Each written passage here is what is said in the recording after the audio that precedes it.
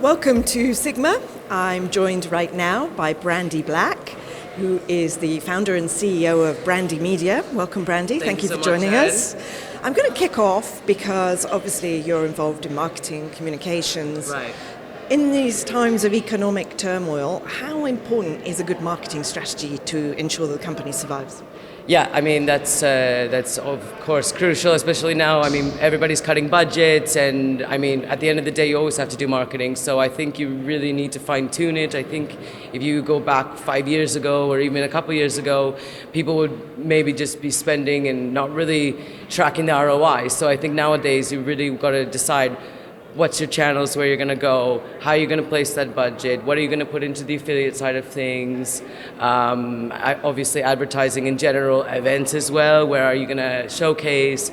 So I mean you definitely need to have a very structured plan, and I mean every dollar or euro counts these days, right? So what would your advice be in terms of the most effective way of getting your ROI?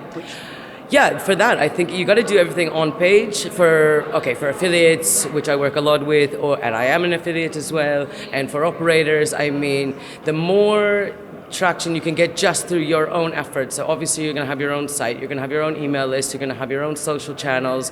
I mean, in my opinion, most of the focus should be on that content in there. I mean, of course, it's really good to be at the events and put the advertising on that as well. But from an internal perspective, you really want to keep it fine-tuned within your channels that are already existing. So you're always building up that momentum.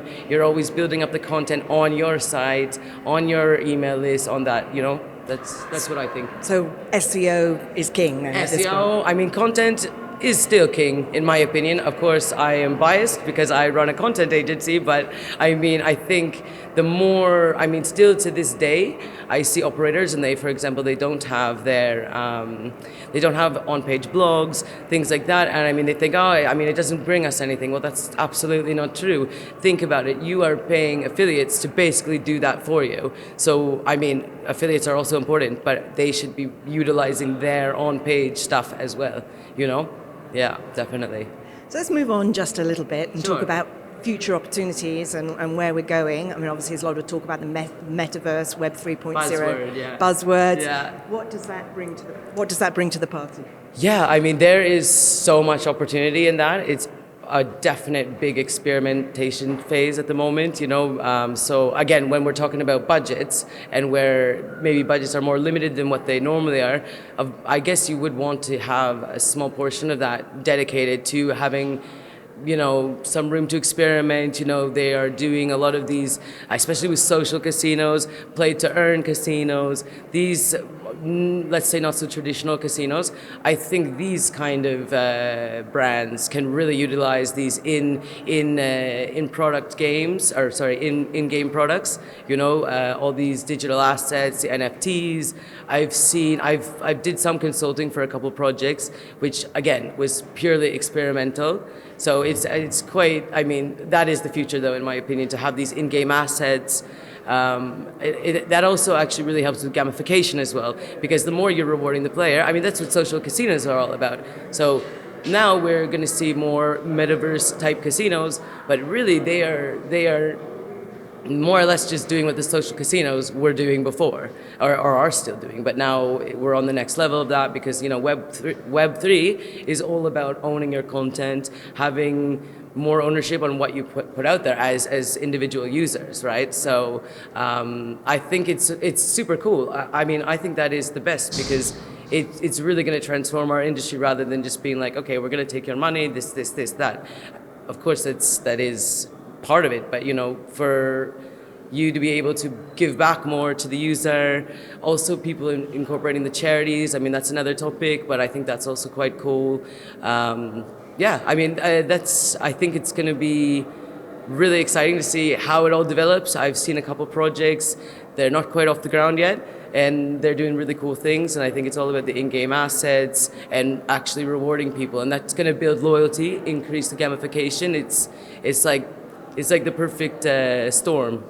Yeah, you know? Exponential growth in some ways. Exactly. So the other hot topic at the moment, obviously in the affiliate space, has been streamers, influencers. Streamers, yeah. What's your views on this one? Yeah, I mean, with the streamers, it's interesting because you know how Twitch, they're always changing the rules. I mean, we've done some experimenting with that. I think since October, as of October coming up, they are not allowing streaming content with slots. For sure, there's going to be a way to work around that, and that's just from the casinos for their channels themselves. But I mean, if you can get people involved from influencer perspective, whether it's your dedicated market or whichever, I think that's just a no-brainer, you know? I mean, it comes at a cost, but it's like the next level affiliation, really. Being a streamer, being a personality, having that face to a name, whereas, let's say 5 years ago, maybe it would be hard to get someone or an influencer to put their name with a game or with a casino. Whereas, you know, now that's changing. So I think if you have the right opportunity to partner with a YouTuber or a Twitch streamer, I mean, I know in poker, one of my big poker clients, they are maxing out on this in Brazil. It's quite interesting, you know. Yeah. What about reputational risk, though? I mean, obviously, you don't have any control over these people. Exactly. Yeah, that is a big point. I mean, of course, you would put guidelines. Nothing is probably going to be perfect, and you might have some mishaps. Or I mean, it's bound to happen. I think. I mean, just like in anything, I would say really outline your expectations with the person. If they're doing something live, obviously there's very little room for error, but you know, I think that's kind of part of the game. I mean, at the end of the day, the influencer, whoever you're working with, this streamer or whoever, they want to nurture that relationship as well. So I think if you can think how to avoid that, even though I think inevitably it will happen, it's always outline the expectations, you know? Yeah. Lovely. Thank you very much, Brandie. You're Great welcome. to have you with Always us. a pleasure, Sharon. Thank you. Thank you.